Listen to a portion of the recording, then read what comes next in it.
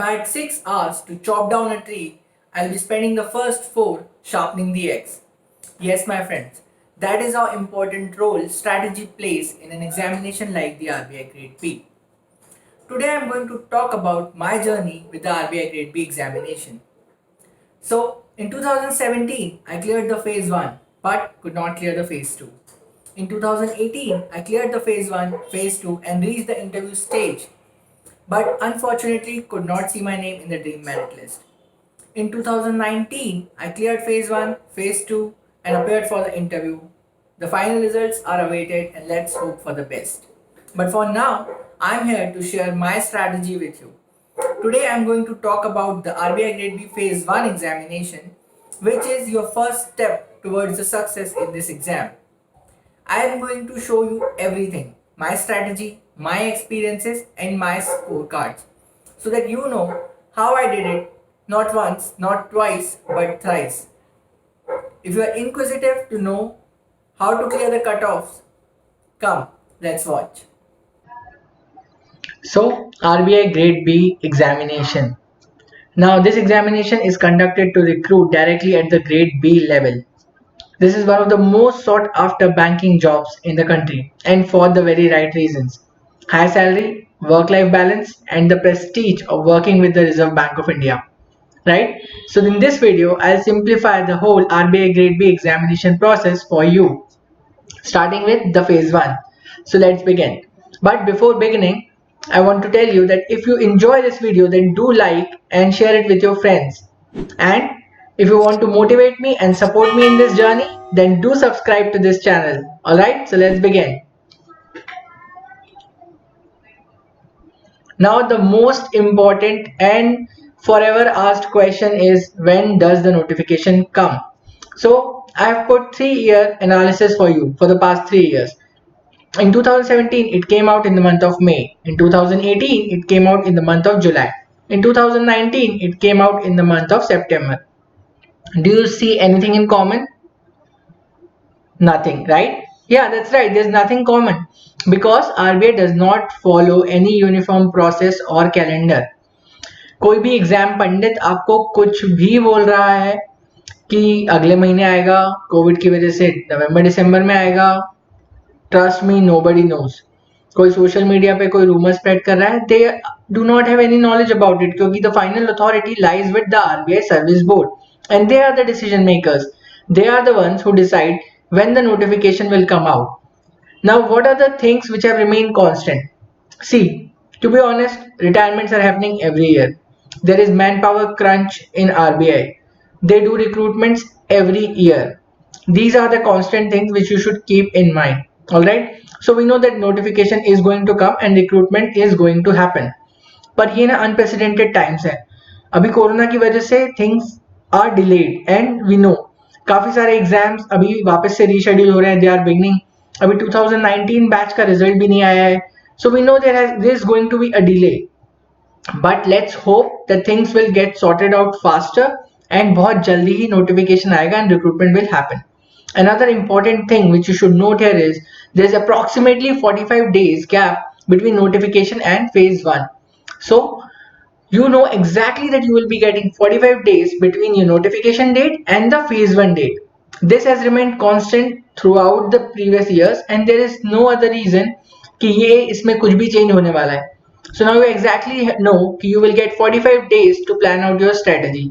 इन 45 days में हमें plan करना है कि उस time तक हम लोग कितना करेंगे. Now consider this like a marathon race. यार मैराथन में कैसा होता है ना, एक मैराथन रेस में you have to complete a certain distance, एक certain kilometres in a certain time. तो आपका टाइमर कब स्टार्ट होता है? जब आप अपनी रनिंग स्टार्ट करते हो. When you start running, timer starts. Now I am giving you an opportunity कि यार तुम पहले अपना रनिंग स्टार्ट कर लो और 10 किलोमीटर्स के बाद में टाइमर स्टार्ट करूंगा. It's a good option, right? क्योंकि उतना डिस्टेंस एक्स्ट्रा कवर हो जाएगा और जिसका टाइमिंग काउंट नहीं होगा. Consider this the same situation. अगर आप अभी right now if you start, you will be ahead in the race, क्योंकि आपने अपना सिलेबस ऑलमोस्ट कंप्लीट कर लिया होगा before the notification is out. You will get that lead over other aspirants, over the competition. Are you getting the point? Yes. So that is what I want you to do. There is no reason you should wait. You should start your preparation. I know इतनी anxiety है, इतना सब negativity है. It's very difficult to get on with the studies and everything.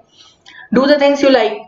English improve करने के लिए watch English movies, read some books, do things which will add on to your preparation, right? Because you know English is like, there is English in phase 1, there is English in phase 2, and that to 33%, because 100 marks out of 300. Again, at the interview stage, language is going to help you, right? So you can prepare for English at least.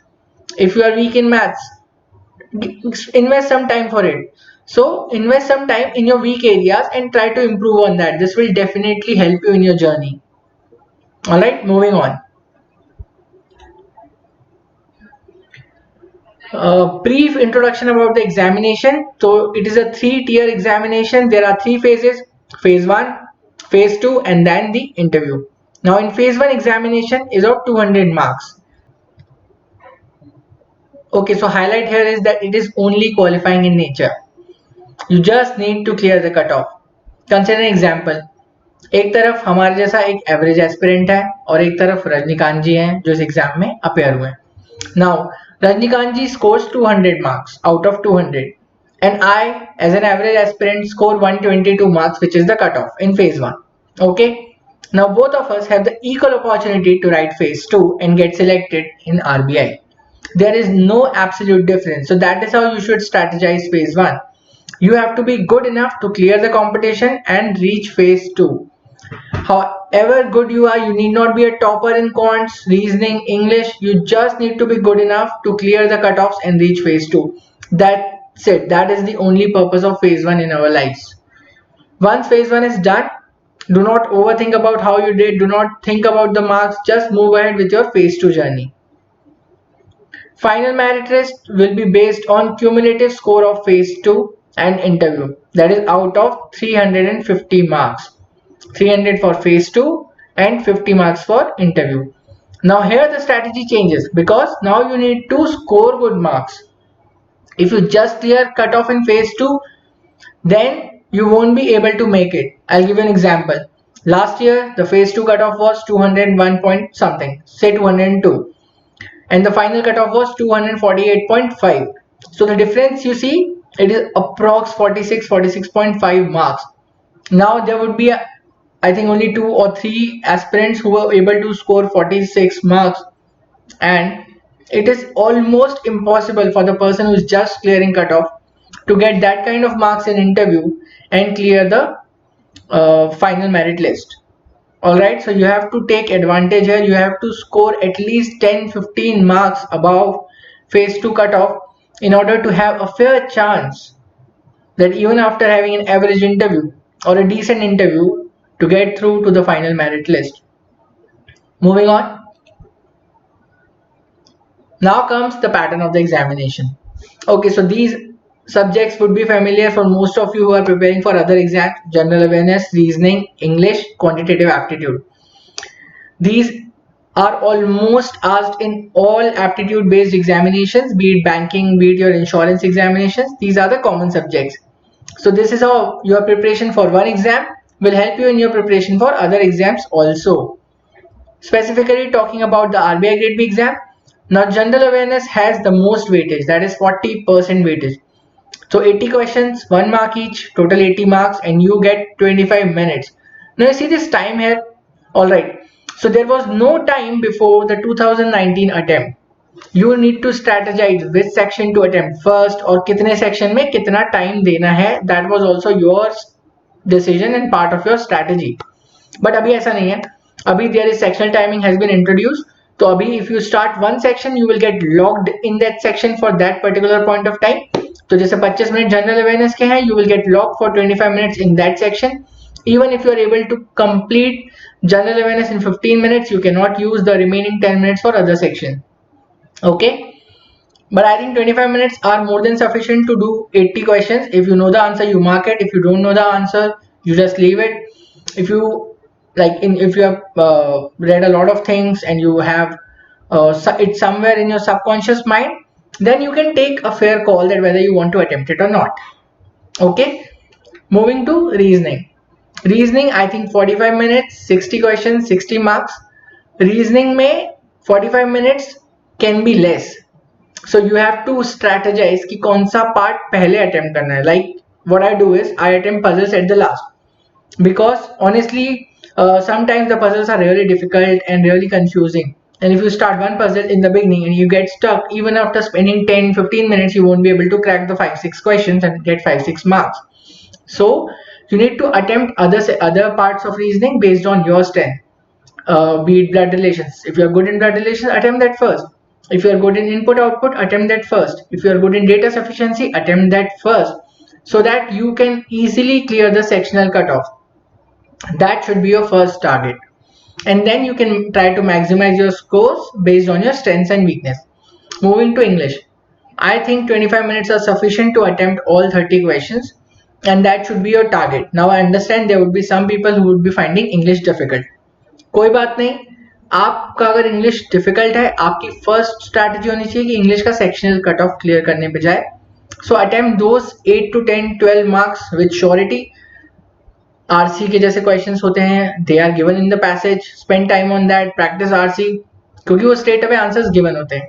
Attempt those 8 to 10 marks, secure your sectional cut off, and then उसमें score improve करो. But the strategy should be 25 minutes में पूरे 30 questions आप कर पाओ. Alright, moving to quants. Now quants is a very dicey subject, because quants में क्या होगा, quants will be highly dependent on the difficulty level.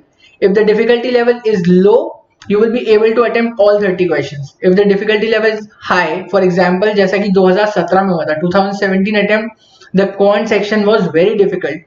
It was so difficult that people found it difficult to get even 4 marks out of 30. I know people who cleared the overall cutoff by a huge margin, but could not clear the sectional quants cutoff.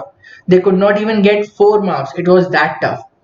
So quant strategy will depend on the difficulty level. Like in 2019, the exam was really on the easier side. People scored, a lot of aspirants scored above 20, 23, 24, 25, even close to 28, 29 marks. That totally depends on quantitative aptitude. The last thing I want to tell here is that more than 1 lakh aspirants will appear, but only 2% will qualify the phase 1. So this is a harsh reality. Most of you watching this video, please note this point, that those people who have really worked hard, who have strategized well, who have given their best in the examination using their strengths, will only move to the phase 2. How much ever you are prepared for the phase 2, it does not matter if you have not cleared phase 1. That is how important phase 1 is. Alright, I have seen this. There's a misconception in the minds of people that phase 2 preparation is the most important. RBI grade B exam is based on your phase 2. No, phase 1 is equally important. It is the first step. You will get the opportunity to write phase 2 only if you clear phase 1. And you will see it every year. Like once you start this journey, you will realize when you interact with people, your similar aspirants on social media platforms, on Telegram channels, you will see last year the person who was very close to the final cutoff, who say missed the final cutoff by say 1 mark or 2 mark, and this year he was not even able to clear phase 1. That is because his entire energy went into preparing for phase 2 and he did not take phase 1 seriously. So don't make this mistake. Moving on. The most important discussion, cutoffs. Now see, I have written here 3 years cutoff: 2017 78, 2018 105.75, 2019 122. I remember the 2016 cutoff was 98. So you see the trend from 98 to 78, 20 marks dip. Why? Because the 2017 attempt was very, very difficult. The 2017 exam was so difficult that the cutoff fell straight 20 marks. Next year, 2018, the paper was relatively moderate and the cutoff increased 105.75. 2019, it was easier and the cutoff rose to 122.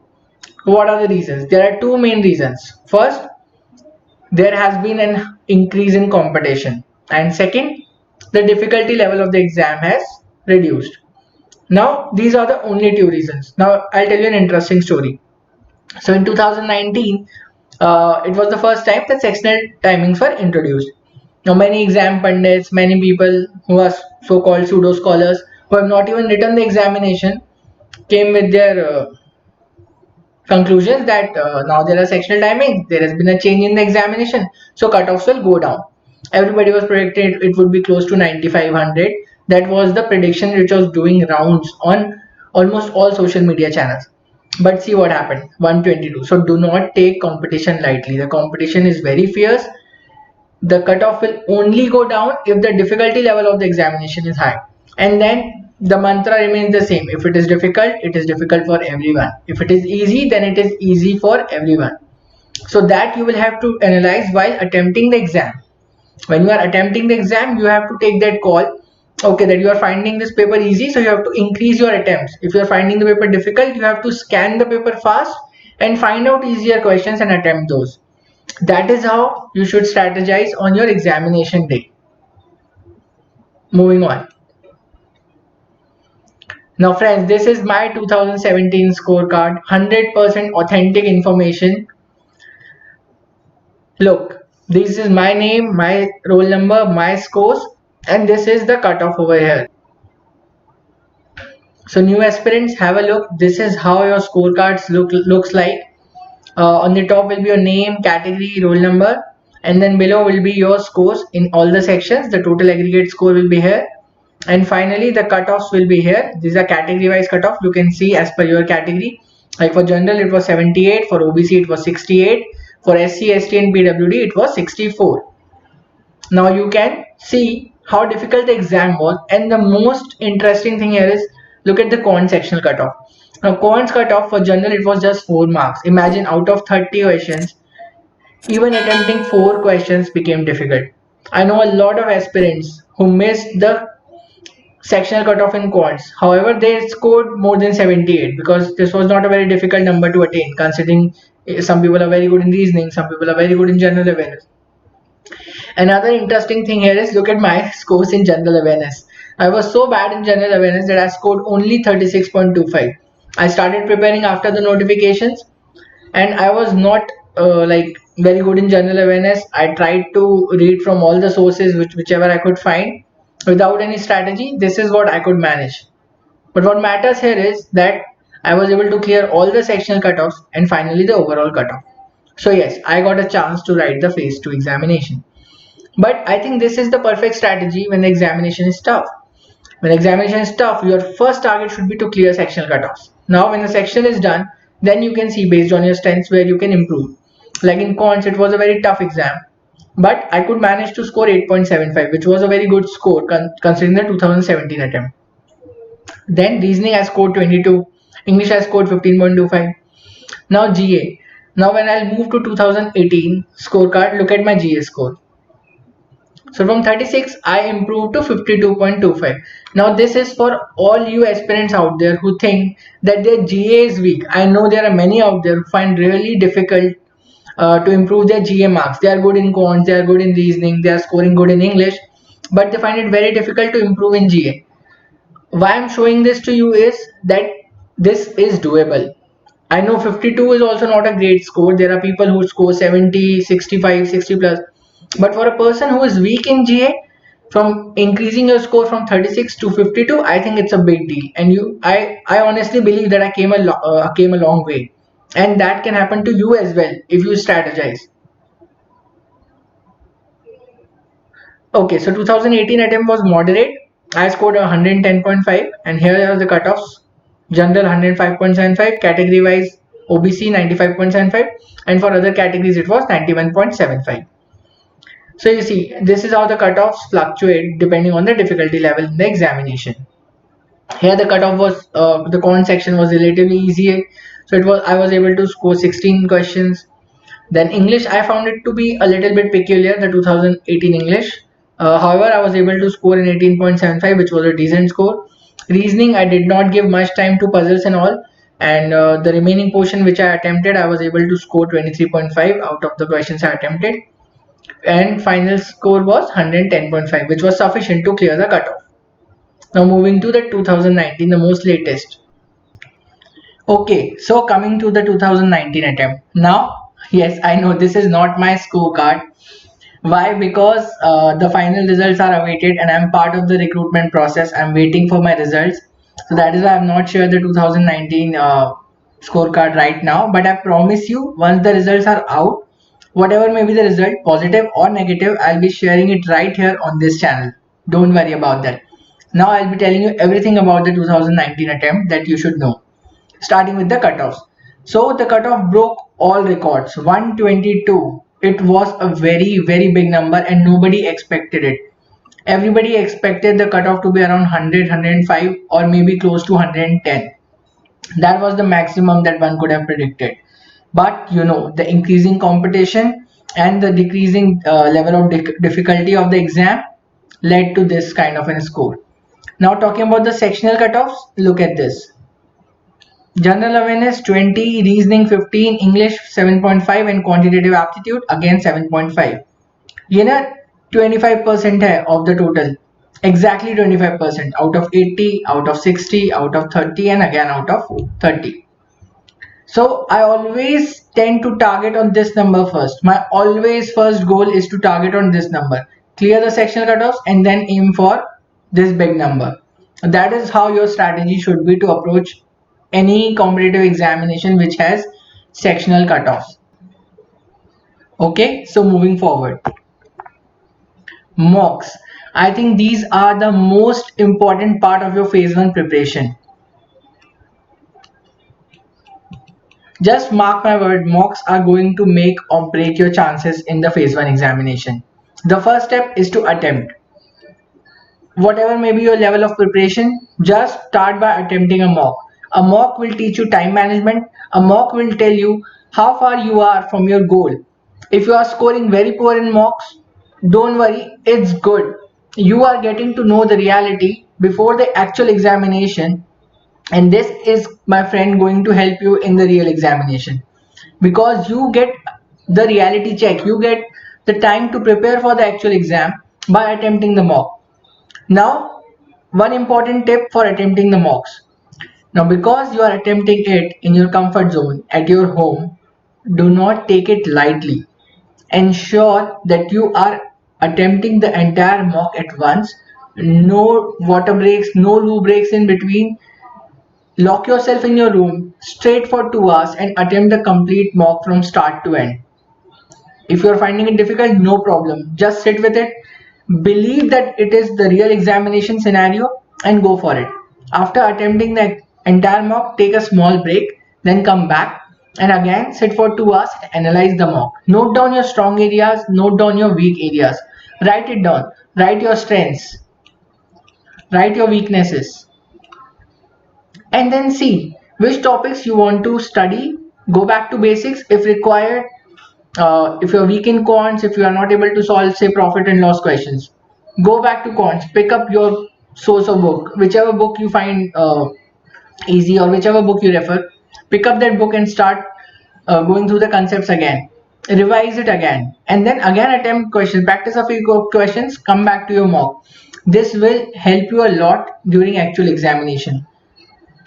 Make sure that you are clearing sectional cutoffs. I have already told you it while discussing about the scorecards, and I'm again telling you, don't take sectional cutoffs lightly.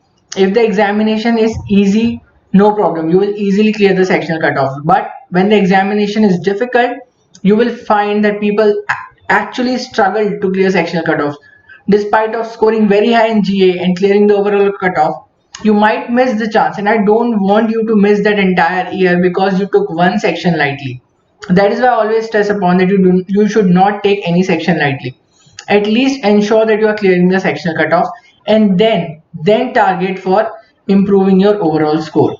Once you think that okay, sectional thing is sorted, you are good in each section, you are able to clear the section cutoff with ease. Now hit on your strengths.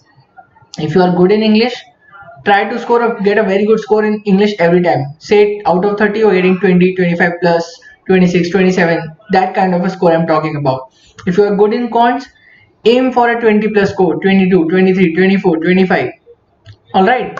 Similarly, if reasoning is your strength, then hit on reasoning. Out of 60, try to score a 30 plus, 35, maybe a 40 plus, depends on your strength completely.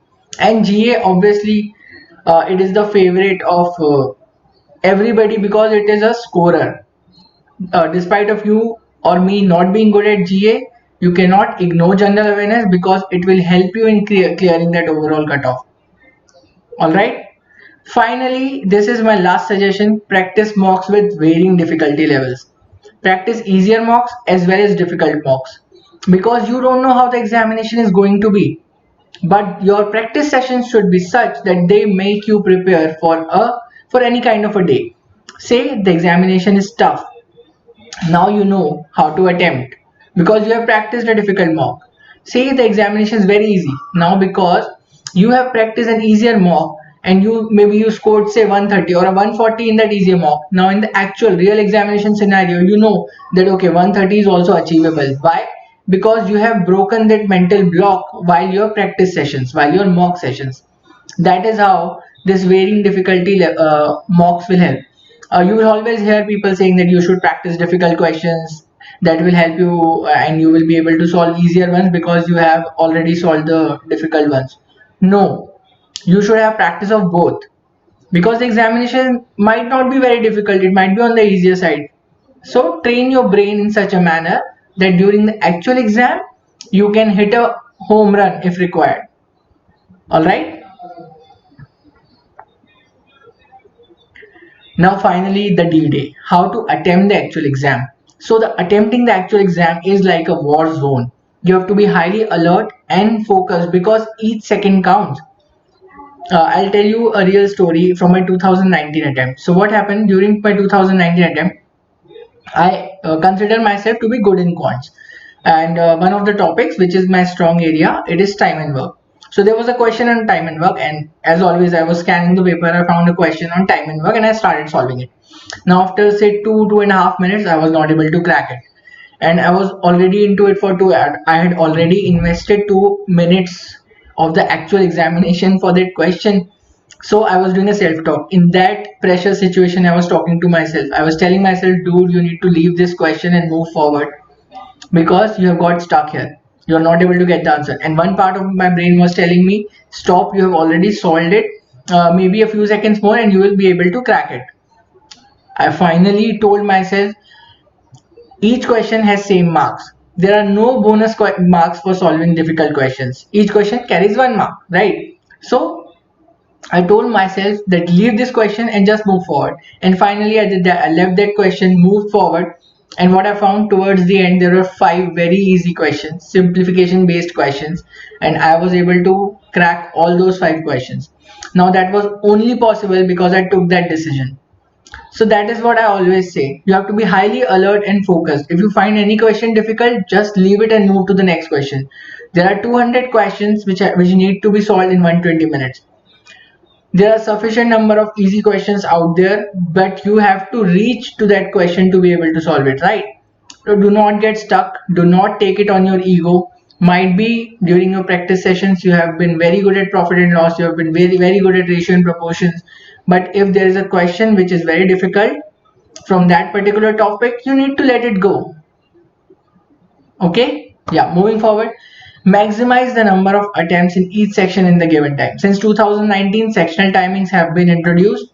You have to maximize the number of attempts in each section. Earlier what we used to do was we used to move to our stronger areas. Like if I'm good in reasoning, I'll move to reasoning and invest more time there and try to extract more marks from reasoning, and I will use time saved from one section in another section. But that is not possible now. Since 2019 there is sectional timing. Whatever time you have for that section, you have to maximize your attempts in that section only. That is why it becomes all the more important to give equal respect to each and every section, because you have special time bracket to attempt that particular section. Finally, try to have a good night's sleep before the exam day so that you feel fresh on the D-Day. This is true for every examination, not just RBI Grade B. This will help you relieve your stress. This will help you in staying focused and alert during the examination. You will have 100% concentration if you have slept properly before the exam. Eat something in the morning before you leave. Like if you are appearing for the exam in a big city like Mumbai or Delhi, the exam centers are very far usually. So you have to leave very early in the morning, eat something, reach on time, and give your best shot. Finally, coming to the conclusion of this video, what is the perfect strategy? What do you think is the perfect strategy? So, whatever works for you is your perfect strategy. This strategy, which I have shared with you, all my 3 attempts, it worked for me. So, it was my perfect strategy because I was able to clear the cutoff every time. Now, somebody will say score 70 plus in GA. I think it's an excellent strategy, but is it possible for everybody to blindly follow it? I have never got a 70 plus in GA. 2017, no. 2018, no. 2019, no. But have I cleared the exam? Yes. If you can score such a good score in general awareness, I think it is brilliant. But what about those who are not good at rote memorization? उनका क्या, जो लोग नहीं रट्टा मार सकते, जो लोग who have a logical set of mind, who are not able to buy hard things, नहीं रट पाते, उनका क्या? Even if you do not score say a 60 plus, maybe you can score in 50s, but then you need to compensate by scoring somewhere else. If you can't improve your score in GA, then improve your score in reasoning, improve your score in quants, improve your score in English. Same, another strategy is, because reasoning has the second highest weightage, so score a 40 plus in reasoning. Now if you cannot score a 40 plus in reasoning, it's fine.